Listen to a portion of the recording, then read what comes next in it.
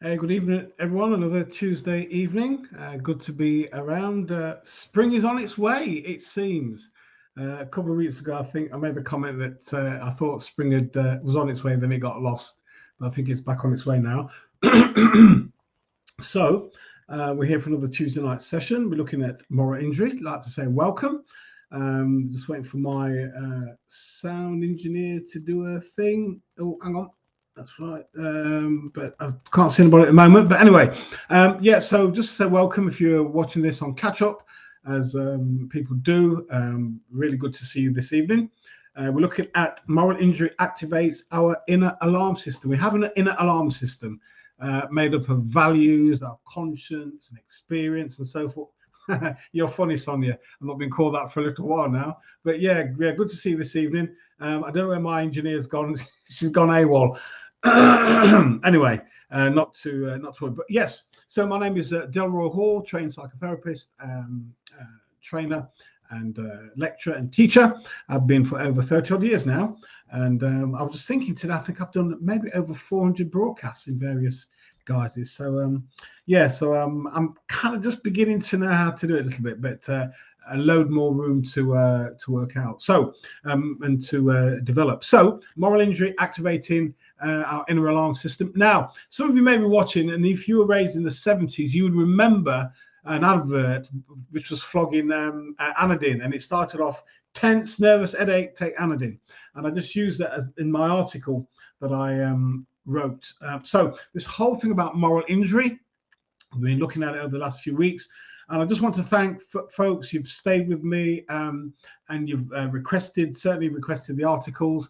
Those of you can't access it off LinkedIn. Also, I just wanted to say on Tuesday the 16th, it's 2 days after the 4-year celebration. So if anybody's watching this, and I'll make the announcement and I will send it on various platforms. If you've been following me and you've got some benefit, you found it helpful, please let me know, because the 16th will be a night where we'll be looking at the testimonials, how people have benefited, what they put into place, what they practiced. It's really important. So we're looking at moral injury activating our inner alarm system. So the whole thing around, we spoke about the moral injury and the impact on the body. So we'll be looking at the internal stuff, what happens to us internally. The body feels it, but the initial place, of course, is within the body. There's a kind of trigger that kind of takes place. And I'm not too sure when we see something, and then sometimes we see something and we kind of know that things aren't right. We see it, and then sometimes it just settles, kind of permeates, and then we start thinking, this is not right. Good evening, Jeff. Good to see you this evening. Hopefully you heard my announcement, and I'll be saying it a little bit later as we go through our session this evening. So what I wanted to do, I wanted to define our inner alarm system. I want to say what it is. I want to say how, when I've ignored it. So yeah, good evening to you, Jenny. Inner alarm system. Diane Lang has said this: we all have our inner warning systems that we could use as an alarm to notify us we need to make a change, to dig deeper into what's going on in our lives, to stop and pause. Once we are aware of these alarms, we could use them as a way to be more mindful of how we're feeling and what action we need to take. So that's the inner alarm system. However, what a lot of us do, we ignore it, we dismiss it, and we listen to other voices than within us, knowing that we should be taking a course of action. I have been there, and been there for so long, I ended up being a part of an organization, being loyal to the organization, and then ended up being unwell. And if you ask me, well, Delroy, did you see the warning signs? Yeah, of course I did.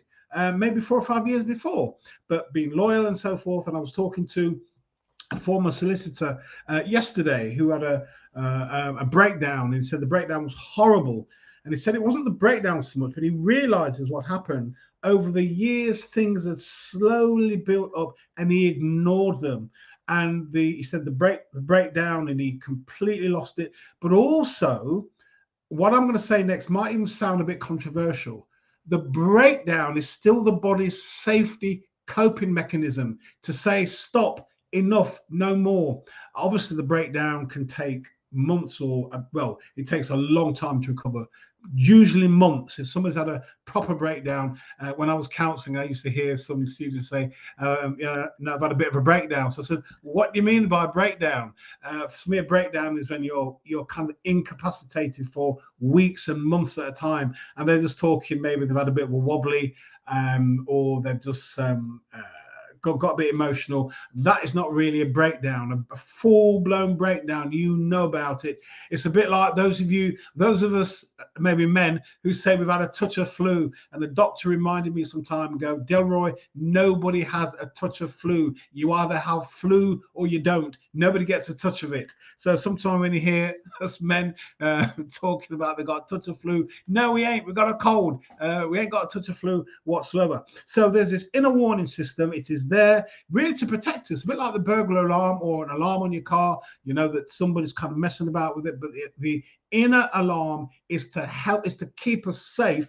But quite often in the kind of Western world, if we're not into intuition or we're incredibly busy, we miss those inner nudges that really trying to get our attention, that we need to do something. And sometimes we can hear them and we can feel it and sense it in our bodies, but we do nothing about it because we're part of an organization, part of a community. We want to be loyal. We don't want to be seen to be breaking rank. So we stay, but the alarm just gets louder and louder till we get to a point where we have to stop and we have to listen to what's taking place. So as we experience moral injury, how does it affect our emotions? One of the things we need to do is learn to listen to them. Again, learning to listen to what's taking place within our body, what's taking place within us. Sometimes when we at night, before we go to sleep, or we're lying in bed, in that kind of moment, there's ideas and thoughts we know we should do, but we don't do it. So we get up the next day and press on as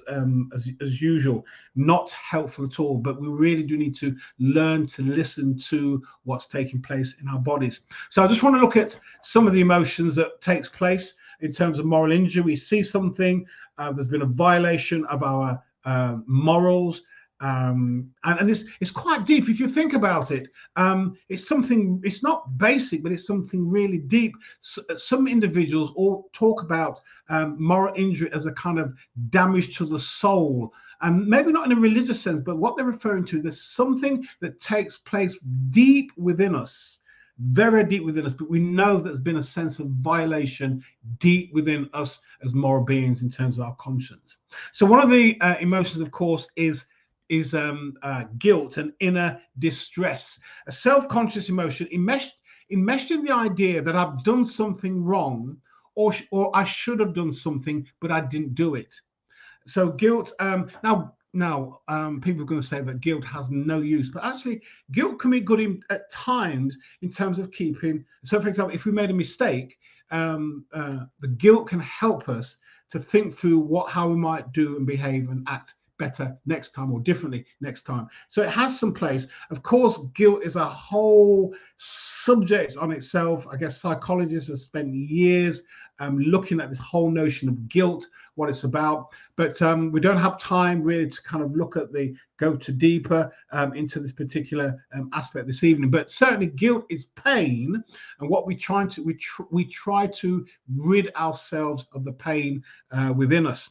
There's something called toxic guilt, which it gets us to such a place that in terms of what guilt can do, helps us to do things differently, to act better. But toxic guilt, it's so not so much embedded, but affects us so much that we lose all motivation to do anything better. So this whole thing around also, like, it seems to me that moral injury, we have to do something about it pretty quick, because if we don't do something about it pretty quick, it doesn't go away, it doesn't vanish, the emotionality of it doesn't disappear. So it seems to me we have to do something really really important. Good evening, Dave, and anyone else who's watching, just a huge thank you and welcome for this evening. Also, just a reminder, Tuesday the 16th of April will be 4 years since I've been broadcasting. So if you've benefited, or if you know somebody has, please send me an email. Please DM me. I'm actually on Instagram. I'm really easy to find. LinkedIn and Twitter and all the usual social platforms, please let me know. I'll read out the testimonials. I won't call out your names, but it's really good to find out how people have been benefited. And some of you have been here from the word go. So gosh, you must, if I float the business, I'll see if you can get some shares. Whoa, what's this from Jenny?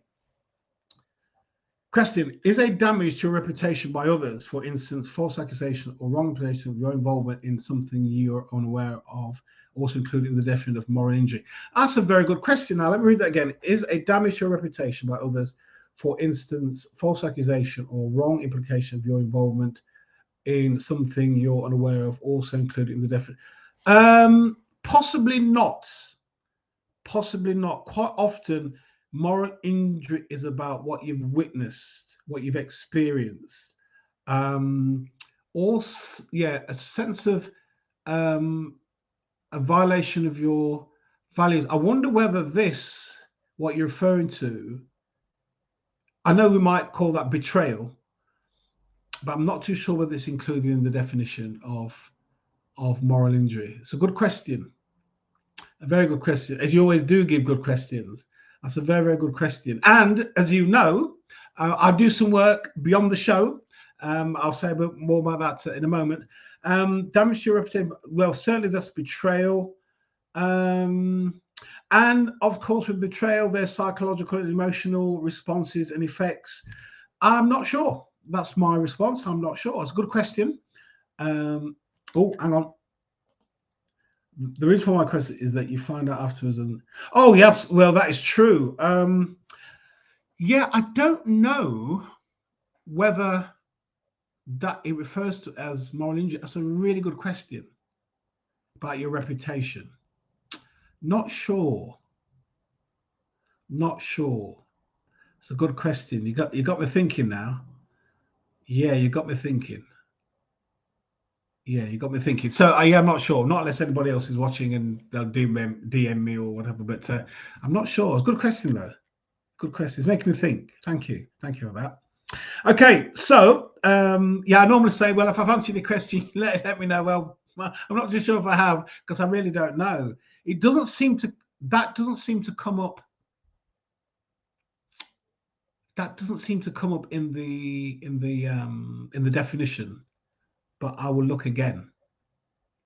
Possibly. All right. Okay. So we've looked at guilt briefly. Now, the other emotion that happens when people experience moral injury is one of shame. Now, shame is particularly crippling. So guilt, the difference between shame and guilt is that guilt is related to something you have done or have not done. Shame is to do with you, that you're the one who's wrong, you're the one who's bad. It's really horrible. So shame is a deep feeling of embarrassment or humiliation arising from a self-perception that we have been morally dishonored. Good question. That just going back to that, where we've been morally dishonored, and then what happens? We do what we can to hide it, but then what happens when we experience shame? It's almost like we internalize it, and we then become the person who's bad. We're the person that's wrong. We're the person who's messed up. We're the person, there's no good in us, which is very different from guilt, which is quite often associated to something that we do or didn't do. This is almost as though guilt is internalized, and when it's internalized, it really does a lot of damage to us as individuals. So the feelings associated with shame is that I'm bad, I'm broken, I'm unlovable. You know, why am I here? There's real kind of angst, and I'm a complete mess, which is different to I've made a mistake to I'm a mistake. I've certainly worked with individuals over the years whose parents told them they were a mistake, and that is not helpful, believe you me. That doesn't help people's self-esteem whatsoever, being told that you're a mistake. And sometimes, even if it is not said, the child grows up with a sense what they weren't wanted. And quite often it comes out later on when they're older, and usually in an argument, when the child has known all along that something isn't quite right in this family. Yes, parents have provided for me, all that, but something isn't quite right, and it comes out in an argument, and there's just a kind of massive fallout. But so shame is a very destructive, debilitating emotion, because it's you taking on that you're the mistake, not that I've made a mistake. So in a sense, if I've made a mistake, I can distance myself from it. But if I'm a mistake, this is who I am. It's almost like you're taking that on as a part of who you are. Not a good emotion at all. Again, I've worked with it over the years. More difficult to work with than, say, guilt, but you can work through it. So shame can be one of the consequences of moral injury. See something, and it is so exactly of the soldiers who went to Vietnam and end up killing civilians and children, and that brought huge emotions of shame, guilt, and so forth, disgust, betrayal by the organization, betrayal by America. And then what made it worse, when they fought for their country and they came back, they weren't recognized as soldiers, and then black soldiers were even worse, were kind of marginalized by society. So real kind of emotional, psychological, and value-based trauma that's gone on in people. So you'll recall in my last the broadcast last week, somebody asked the question about does anger prevent nutrients being absorbed in the body? And certainly I wrote in the article by Dr. Dimple Janga, and I'll just read what she says. According to Ayurveda, the digestive system, I'll say what that is in a moment, the digestive system does not work optimally when one is feeling angry or anxious. Now, not just digestion, the nature of food changes based on the emotion you are experiencing at the time, because the body, mind, and emotions have a one-to-one relationship. That's really important to know, that there's not just the stomach or the digestive system, but the nature of food changes due to our emotionality, which we hold in our stomachs. That's really important to know. Is there anything else that I need to say on that? No, just really important that certainly, well, some of us know, if we eat food in fact, sometimes if we are angry, we can't eat. And if we do eat whilst we're angry, the food doesn't settle well. We have problems with indigestion, and the food just, in fact, you don't even enjoy the food. You don't even enjoy the food. You force it down you, and it rests heavy on your stomach. So this whole thing about our emotional state when we're eating food is incredibly important. So Ayurveda means knowledge of life. It's a natural way of healing. First originated in India, something like 2,500 to 3,000 years ago. So when we think about moral injury, we certainly think about the effect on the brain. Last week we looked at the body, but also let us not forget about the gut-brain relationship that takes place. Certainly in some of the research I've done, I think I mentioned it before, you have the brain, it's in the head, and then you have the floating brain, which is the immune system. Some people talk about the gut area as being a kind of brain, which is in kind of in relationship and communication with the brain. And then the largest brain that we have is our skin, the kind of thing that holds the receptors, that protects us, keeps things out and keeps things in as well. So this whole thing around eating when we are calm is really important. And it might be, if you're angry, not hungry, if you're angry, it might be best that you don't eat there and then, but you have something very light or something to drink, and then you put the food away, and then you deal with the anger, and then you come back to your food later on. So as we can see, that moral injury affects us deeply, and there's no escape. I'm not even talking about sadness and anxiety and other emotions that impact on our well-being. And I said to you, and said that from the very first session, that Jonathan Shea, the psychiatrist who coined the phrase moral injury, he said it was soldiers could get over the PTSD, the horror, the loss, the grief, and so forth, but they really struggled with moral injury, and it was that led those who took their own lives. It was that led them to take their own lives. I'm going to say about moral injury in a moment. Also, just to say that one of the things that's happened here in the UK, in certain instances, moral injury has been mistaken for burnout. So one of the things that people, and a long time I thought that burnout was to do with long hours, toxic work environment, all that type of thing, and work under stress. But no, sometimes moral injury can lead to burnout, meaning you have a set of values about how people should be treated, where you work, and sometimes in some instances you can't leave for a whole range of reasons. Family commitments, you're the big breadwinner, there's not that type of work in your area, you're in a specialist field of work. So you hold certain values about how people should be treated, justice, fairness, equity, equality, and where you work, you see that being violated pretty much every single day. I would have mentioned to you Alison McDermott, business consultant who was asked to go into Sellafield, one of the largest nuclear plants in Europe, and toxic work culture. And when she started to interview people, she said it was horrifying. And she said, she said there was less than 11% of the workforce trusted the leadership. So I did a Google search and I just looked at how many people employed by Sellafield. And if I've read it correctly, 11,000 people are employed in this nuclear plant, I guess with shifts and all the rest of it, and less than 11% trust the leadership. I'll tell you now, there's moral injury going on there, and it might be disguised as hypertension, anxiety, or burnout. But there will be hypertension going on there. If you are in an environment working and you do not trust the leadership, or the trust in the leader is so low, you can imagine lots of things are going on which are unsavory. Lots of things are going on. Anyway, after 18 months, she was asked to leave.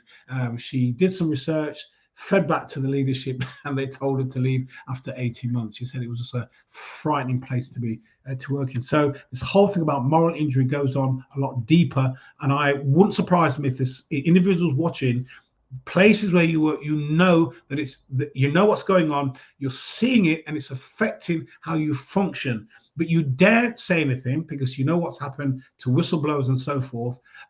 They don't have the jobs much longer. You need to keep yours. So it's a real kind of ethical dilemma that you might be in. But there has to be ways in which you can remain until you can leave, and then you leave. So, as you can imagine, moral injury causes depression, substance abuse, suicidal ideation, and a whole range of other psychological and emotional difficulties. So, as I said before, you can imagine already that moral injury ain't going to go away with the Radox bath. Those of you that are old enough to remember Radox bath, or nice smellies in the bath, or mindfulness. No, when I use the term inner tsunami, when there's been a huge cataclysmic internal disruption, this kind of single session therapy or 6-session therapy ain't gonna cut it. It's not going to cut it at all. We need something that's going to address the disruption that's taken place. Now, in the UK, it's interesting, and I want to say this now. I want to do a big shout out to military chaplains. I had the real pleasure of doing 2 days training with chaplains from the Air Force, Army, the Navy 2 weeks ago. It was a real honor to do some training with. It was a great. I said to the head chaplain, I wasn't too sure who learned the most, me or them. I think we learned together. And since then, I was at an event last Monday, saw that there's Navy there, Army there, RAF. And when I mentioned that I'd done some work with some chaplains, they all spoke highly of chaplains, of the work that they do. And some work is horrendous work. You can imagine. They see soldiers go out on the battlefield, and not many of them come back. So they have to do an amazing job to help soldiers either get back out there and so forth. It was an an interesting time being with those chaplains. So I want to shout a big shout out to military chaplains. So in the UK, we are lagging behind in terms of the psychological intervention. But the place where is really leading the way is the Australian Defence Force. What they've done is this. This is what they said. Given the increase in recognition of the links between moral injury and suicidal behaviour, the Australian Defence Force are being champions by proactively addressing the effects of moral injury now before it becomes a major issue.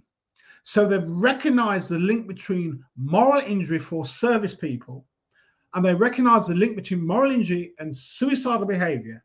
So they've had to do something to stem the flow, of people taking their lives, but also to begin to address the situations. Now, that's a whole session in itself. So America's done some work, Canada, but the leading light is Australia. And they have this thing called the pastoral narrative disclosure. So this kind of chaplaincy, kind of psychological counseling bit has three components.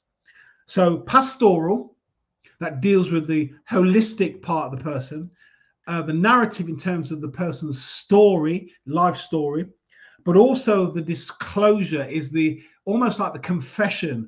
What has taken place? What have you experienced? Now it was initially developed by chaplains because they are the ones doing the work. So they've used a kind of bio-psychosocial, spiritual. Now, spiritual here is not religious necessarily, but spiritual. Now that your internal world in terms of values have been disrupted, what does this all mean? So there has to be a kind of reconstruction that takes place in the kind of process. So the pastoral narrative disclosure, three aspects of this kind of way of working with service people who've been out in war is really kind of important. The developing work that's happened. I know very little about it. I know there's 8 stages, and they all begin with R. And I'll just say a little bit about it. So I'm certainly not an expert. I've just done a bit of research, and certainly let me just go back to why I started these things, the broadcast. These are just hints and tips to maybe just get us to the next stage, but these is not a substitute for you going to see a psychologist or going to make an appointment to see a doctor or see a counselor so you can do the work that's necessary. All I'm doing here is giving us some insights as to what may be happening to you and what you can do as like a first aid, a kind of psychosocial first aid before you then go and get the treatment that you really need. So rapport is really important. So it's building trust. Obviously, we do that through talking. Reflection. Servicemen have, or service people have to reflect on their journey and the moral injury. There's review, examination of their conscience, also to examine what have they done right or wrong. It's about looking at their own deeds. This is not about beating yourself up. It's not about making them feel bad, but this thing has happened. This disruption has happened. How are we going to kind of get through this?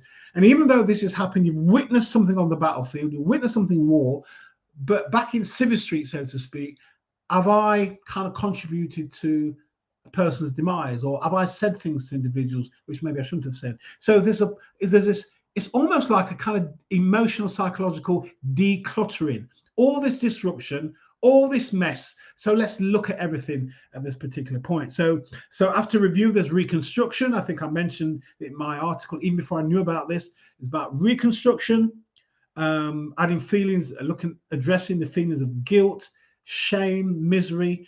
So basically what it's doing, all those emotions, those thoughts, those images, those psychological ways of being, it's not left under the surface. You remember in the First and Second World War, as the people that returned were very stoic, never spoke about what happened. And in many families, they will tell you how parents were very distant, grandfathers were very distant, those who've been in the war. But what they're recognizing now for people to get better, to be healed, so to speak, they need to kind of bring this thing to the surface and talk about it in an environment that's really helpful. So reconstruction, restoration.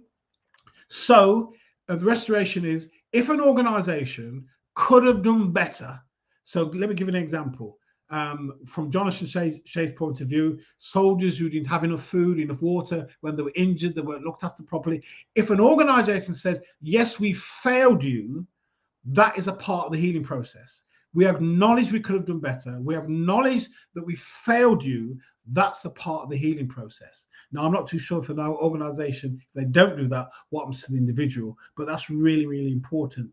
Ritual is also important as well. And one of the things I want to say is really important here, that the church, religion, has known the importance of ritual for centuries. A few years ago, I was asked to do a workshop on, it was in Germany, to do with terrorist attacks. And one of the things that was very apparent when I did some research, even humanists who would say there is no God and all that type of thing, even they recognize the importance of rituals, meaning that this event, whether it be birth, marriage, death, terror, whatever it might be, this event is so huge, we need to acknowledge it in some way or another. Now, the ritual for them could be a reading, a poetry, but a moment of silence, but something needs to be done to acknowledge what's taken place. It is too huge just to leave it. So that's really important. And then there's renewal, making amends where possible, and then reconnection, looking. So once you've done all that work, and certainly this is not a 2-session work, 8 stages, possibly more than 8 sessions. Once you've done all this work, the reconnection is, how then do I step into a new future? Future now where my values have now been restored or reshaped, or I need to rethink how I do things. How then do I reconnect with my friends, my family, my community? Then how do I set goals for the future? So there's something hopeful about this way of working in terms of individuals who've been in a real kind of difficult situation. So quickly, I said in the UK, we're still lagging behind. We're just using the stuff that we know in terms of cognitive behavioral therapy, EMDR, which is a kind of used for certainly for people who've been experienced PTSD. It's kind of rapid eye movements, and they have to move their eyes in a particular way as they're reliving the trauma. I've not been trained in it, but I have friends who have been, and it's a very, very effective way of dealing with PTSD. That is helpful to a point, but it seems as though the Australian Defence Force have really done a marvelous job in beginning to tackle this thing about moral injury. So listen, I'm going to finish there. 32 minutes. I've taken your time. I've really enjoyed this. I'm going to say a little bit more, but Tuesday the 16th of April, 4 years since I've been doing this. I really need, and I've said before, I've been saying for a while now, I really need to up my game in terms of what I'm doing here. I'm really enjoying it. I plan to continue. I'm not going to stop. But yeah, if you found the sessions beneficial, please email me or DM me or send me a WhatsApp message. If I can, I'll read it out. Or if you've got my contact details, you want to have a conversation with me to talk about the testimony, please do. Just let me know. I won't mention your name. But I just want to know that I've been helping people a lot over the years. So I wish you enjoy the rest of your evening. Thank you for the question, Jenny. Yeah, I'm not too sure. Oh, yes. Cheers, Norm. I didn't even know you were there. Yeah, so good to see you. Yeah, good question, Jen. I'm going to do a bit of work on it about false accusation. Yeah, it's an interesting one. Yeah, it's an interesting one. It's normally, yeah. Yeah, it's a good one. That's a good one. That's a very, very good one. I'm going to think about it. Anyway, thank you very much indeed. Take care of yourselves. Enjoy the rest of your evening and the rest of your week, and enjoy spring as it comes along. All right, take care. Wish you well. Speak to you soon. All the best. Bye-bye.